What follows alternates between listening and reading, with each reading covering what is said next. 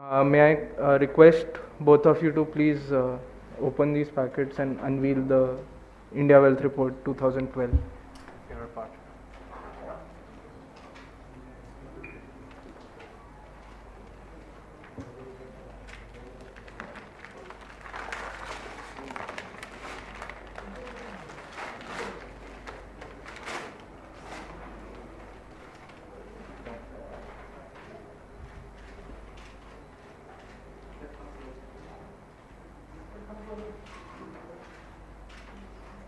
Come closer.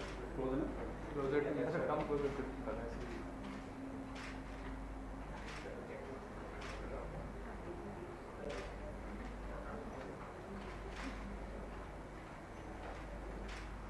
sit down. Take some questions.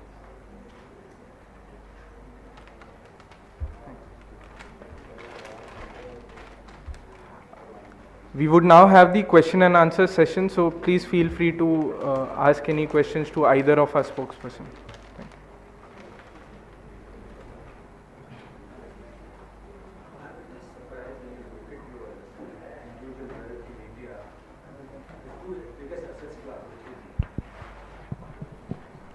you. Which is real estate, and the gold held in the physical format has not been forming a part of your total wealth. Is there any specific reason which, because I believe that would be the largest assets being held by the individual.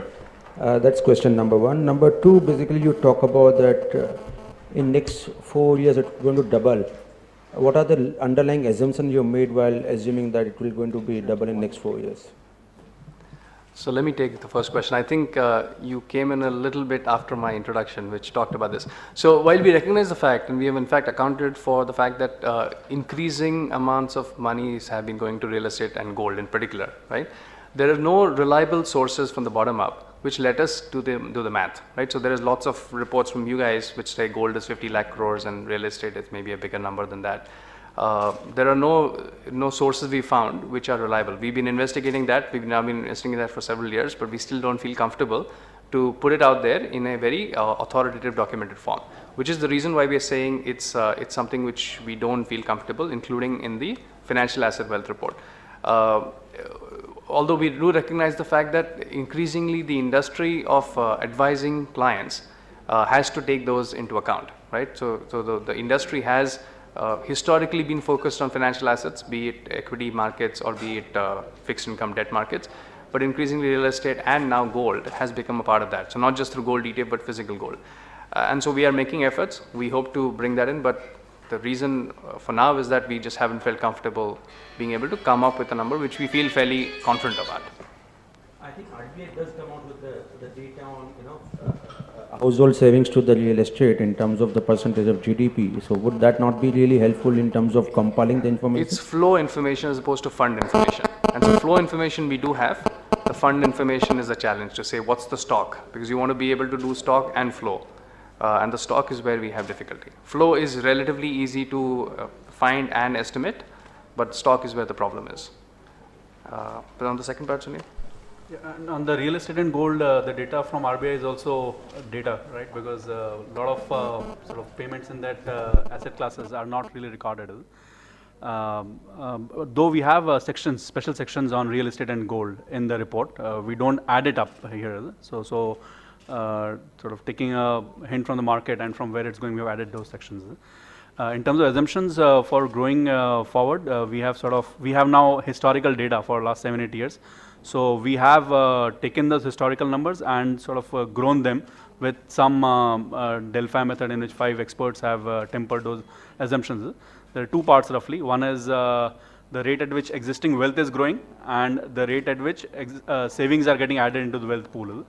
So we have taken for the next decade, we have taken a 7% sort of GDP growth, and for which in the next 2-3 years might go here or there, but in the next 10 years we are confident it is going to go there. And the savings rate we have maintained what is historically coming in. However, we have sort of factored in factor in the next 2-3 years of some financial savings increasingly going into real assets, just to sort of add to your point there. So that has been factored already into the assumptions. And what is the rate of interest you've assumed? Because I believe that when you say it's going to double in next 4 years, some interest would also accrue to some of the assets which are interest bearing. Correct. So it's a very, so there are 23 sub-asset classes, and each one of them has grown at different rates in the last 5-6 years. So we have forecast by sub-asset classes, and equity has an assumption, debt has an assumption, etc. So there are 23 assumptions based on the historical numbers. So each and every one has about a half page written in his sort of working notes.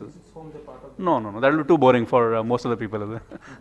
But no, I understand as far as the PPF is concerned, or national Correct. saving schemes are concerned, it's very easy to project what could be the accumulated savings at the end of 4 years, because there will be some interest would get accrued and which will get added to but the new workers will be added. There's a lot of things here. New workers added, each and are coming, the working force is increasing. So each and every assumption has to be really looked at. That's true. What has been assumed on the equity side? That's what my question is. So equity side, I won't put a number FY12 here, FY13 here, obviously. But you saw the numbers, the 25% asset class going to 28%. So we are sort of optimistic that in the next 3-4 years, the rates that we saw in the last 3-4 years is again going to be touched.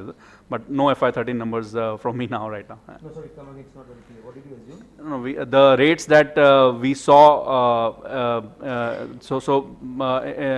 in the last 7-8 years, so going for the 2003 to 2008 up and 2008 to 2012 down will get repeated over the next 10 years, the average rate. So the one which has gone up, will you assume that's the thing? That's what I don't know.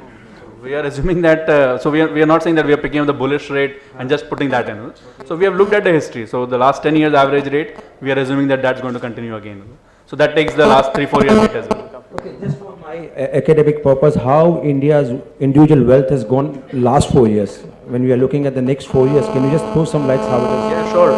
It has doubled, and this is the last question so that we can move on, and we can have a separate retreat as well. So in the last 6 to 7 years, it has doubled, and now we are saying in the next 4 years it will double. Yeah. So that's the whole curve going up.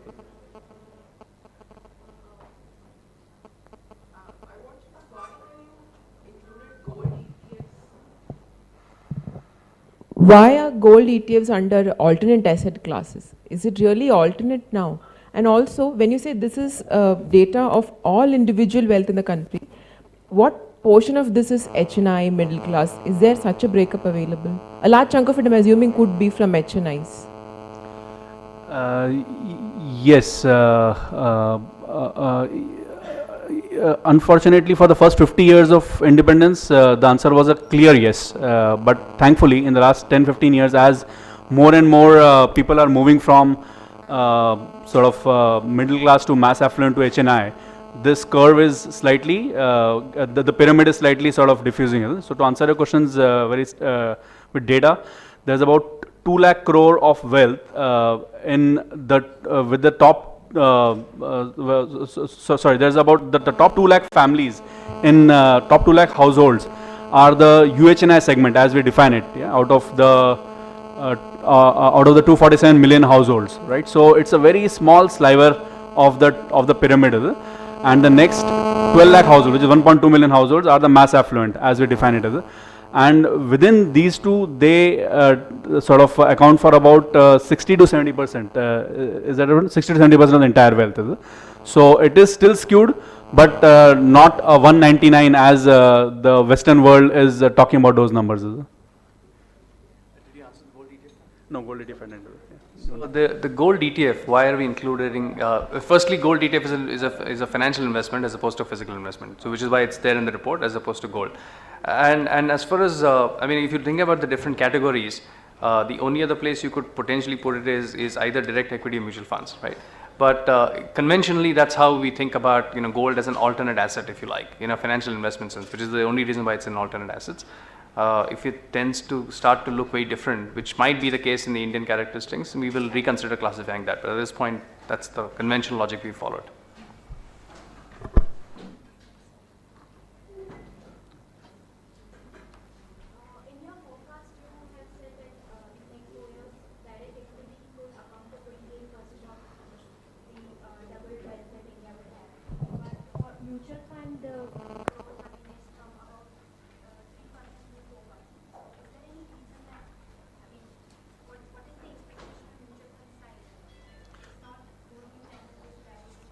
Right. So I didn't remember the number of mutual fund, but if it's 3 to 4, then it is actually moving faster than the equity base, right? 3 going to 4 as a percentage of 3 is quite high, right? It's almost 33% increase there.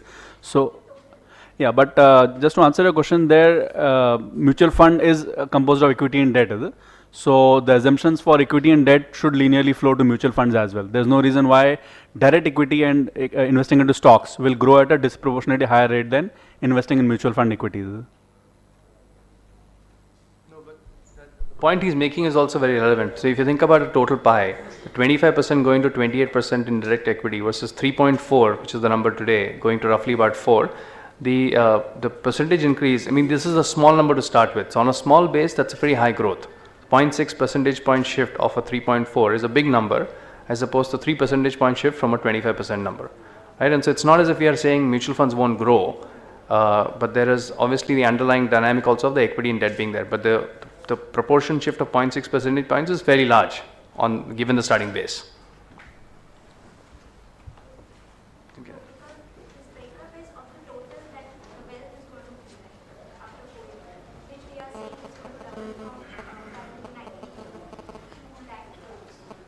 Correct.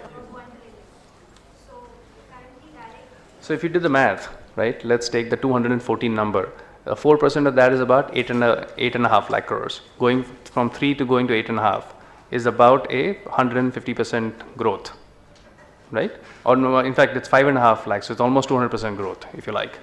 So tripling of size in the mutual fund context, if you see what the absolute numbers come out to be, right? And the equity is 25, which is roughly about 23 lakh crores today. In the 214, we are saying it's about 28, which is roughly then about 60 lakh crores. So that is then not, that's less than, it's about 2.5 times, if you will. That's the point we're making. It's the problem with a small base, and we don't see that exploding.